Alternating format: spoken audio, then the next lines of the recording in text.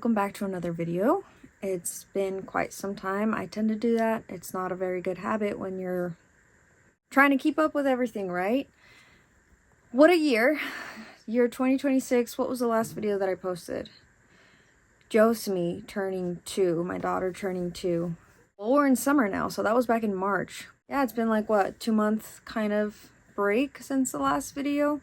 You know what? I've missed making these. It's just gets my mind off of things, and then I'm like communicating with you guys, you know, so I'm pretty chill. It's nice. It really is nice. It's a hobby that I've liked doing for the past 9 years, I think, since this channel started. Has it been 9 years? Yeah, because Nathan was a baby and he's about to turn 9.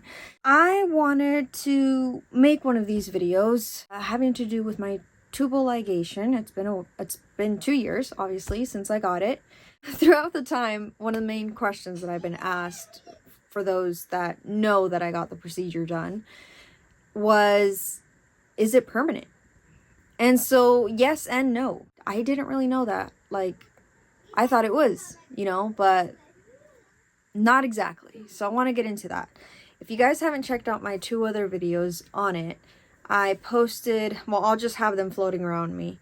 But the first one that I posted was getting the procedure. So me about to get it, but before that, who I went to go talk to, information on it, what I discovered, my thoughts on it, things like that, and then getting it.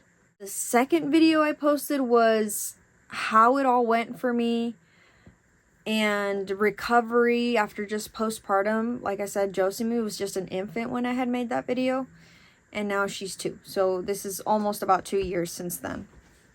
So I'm going to get into some of those things. Why did I choose this procedure? Well, for those of you that don't know or haven't been following the channel, I am currently 31 years old, and I had my first son, who's just about to turn 9, back when I was 22 years old.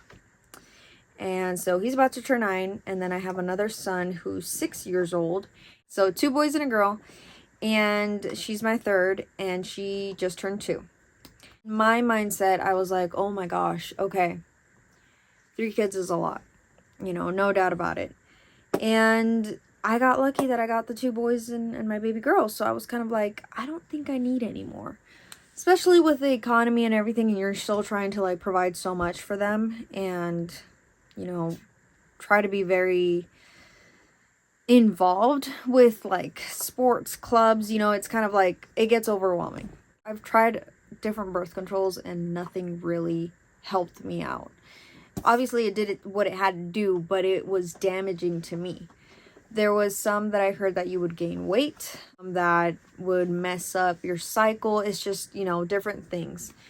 So I was like, I don't really want to be putting that kind of stuff in my body. I don't like that. If I don't have to put anything into my body, I don't want to. When I was a lot younger, I was given medication for my anxiety. I don't know why I was even given this medication, but right on the bottle, I wish I had it, but I don't have it anymore. It said, may cause depression. What? So I think I only ever took it maybe twice when it got really bad for me. Like, I was just going through a lot of things, and it made me feel sick. Floating and numb, I did not like it. I didn't like the feeling of it. So anyways, never took it again, and just tried different things to kind of cope with it. That being said, again, back to the main topic, is I really don't like taking any sort of medication, you know, especially if it does you more bad than good in a way. Or it helps you with one thing, but then damages the other. But I tried different birth controls, including the one that goes on the arm. And you kind of get a scar. I don't know if you could see that. There's a small scar right there from it. And it's like this little thing that they put. Anyways, it's good for I don't know how many years. But I did not like it. My body wasn't liking it. TMI, but for over a month, I would not stop. And I was like, you gotta be kidding me. How am I even alive? So when I was thinking about this, I was like, what's a good permanent birth control? Oh, here she comes. Hi, baby. Want to say hi?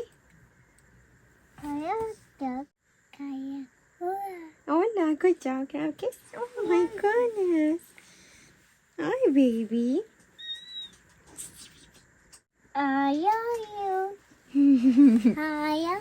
Yeah, I wanted a permanent solution where it wouldn't damage me, wouldn't mess with me, you know, the less of all evils, you know, so to say. I did my research because, like I said, I've been asked if you can, you know, if it's actually permanent. Well, there's two things that kind of scratch that makes it 100% permanent. It's not 100% permanent. There could be like rare cases that you can get pregnant naturally. Pretty much the procedure, the tubal ligation, is just taking away those tubes, and it's taking away the pathway, you know, the tunnel for the egg to get fertilized. Without those tunnels, it just can't reach it, can't get fertilized, but it's never 100%, you know. Things can happen. I can still get pregnant through IVF. So if I really, really wanted to have a kid, that would be the case. So I'm like, oh, there's some people that have to take that no matter what, you know, because of whatever situation or health problems that they have. So it's not an odd thing to do.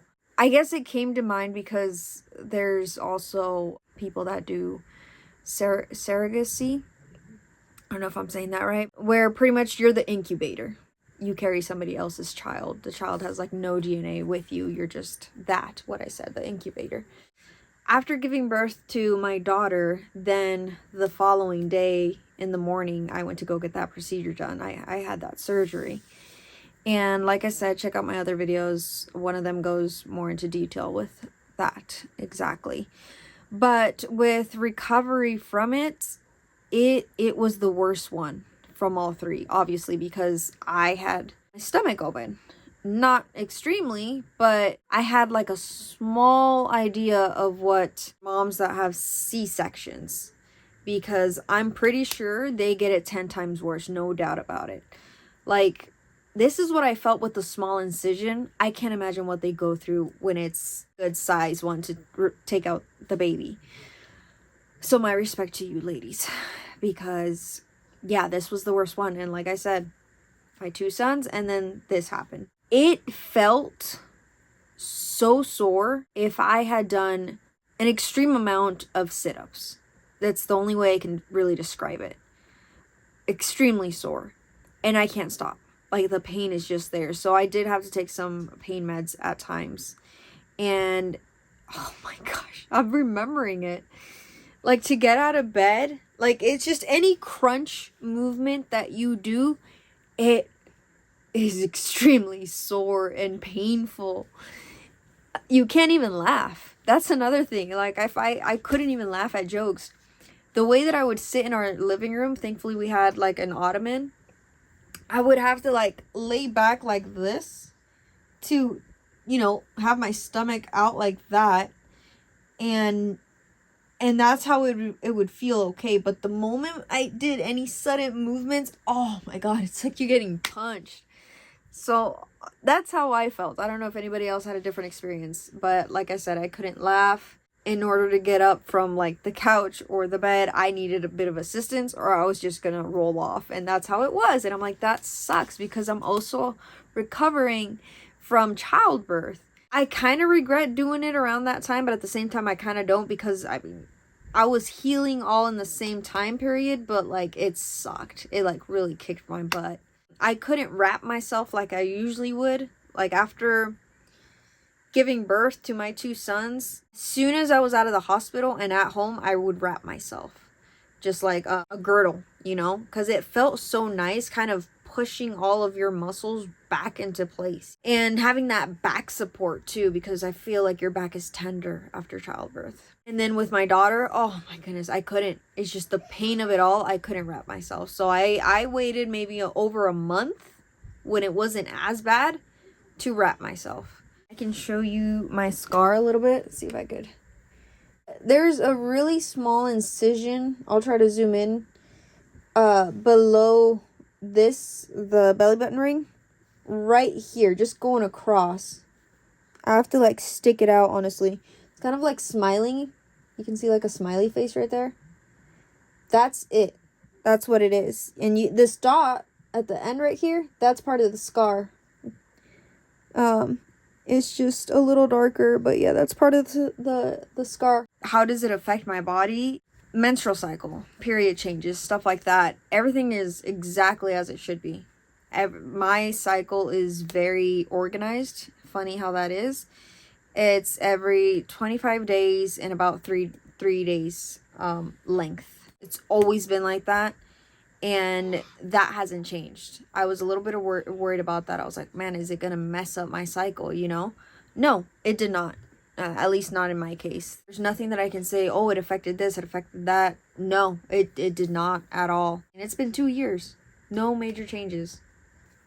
It's nice. It really is nice. To the moms that have a few kids and you were just done. At the moment you were thinking, I am completely done.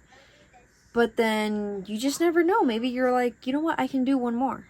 Why not? You can still do it. It's just a different method, but you can still do it. So it's not like the end of the world. I've read that it's a very common and good option for those that can't conceive the natural way. So if everything else, except, like, obviously, like I said, they just remove the tubes, the pathways. If everything else in your body is healthy, what you need to get pregnant, then IVF is the way to go. I'm also saying this to those out there, females that decided, you know what, I don't want kids at all. That was always your mindset since a young age, whatever. You did not want to have kids. Who's to say maybe you'll change your mind years into the future, or you meet the right person and it could happen. That's what I'm saying. It just could happen. Naturally, it could happen. Very rare, but it could happen. And then IVF. No specialist. I am just a freaking regular girl that has no idea. Like, this is just the research that I've done in my personal opinion, is all I'm saying. What was other people's opinions, I guess? When it came to professionals like doctors, they just want to make sure that you're doing the right choice and that you're not going to regret it. And so they will constantly ask you if you're sure. Older folks, it was more like, you're young, you know, why are you doing this to yourself? Maybe later you're gonna want to have kids, things like that. And it's like, well, it's my decision. At the end of the day, it's my decision, so it doesn't really matter. But some of them did feel and look like they were offended, kind of like you're doing something that's unnatural. I hope you guys enjoyed the video. I do hopefully plan to start putting more videos out there. It's been a minute, and I don't know. I mean, I'll try. There's a lot happening. I'll try. I mean, I've just been really busy handling a lot of things, but like I said, I do enjoy making videos like this, and it takes me away from some of those thoughts and responsibilities and such. Kind of like, it's like if I'm watching a movie and I can just turn off my brain for a bit.